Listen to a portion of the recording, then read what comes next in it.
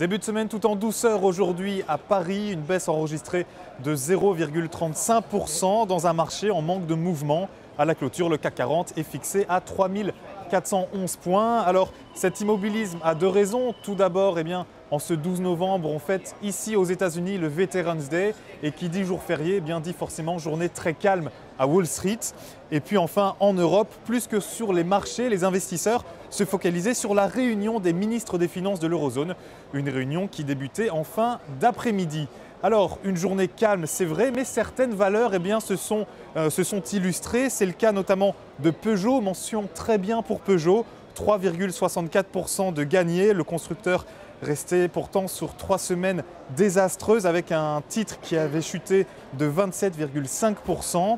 Plus de 1500 postes devraient être supprimés pour des charges de restructuration annoncées à 100 millions d'euros.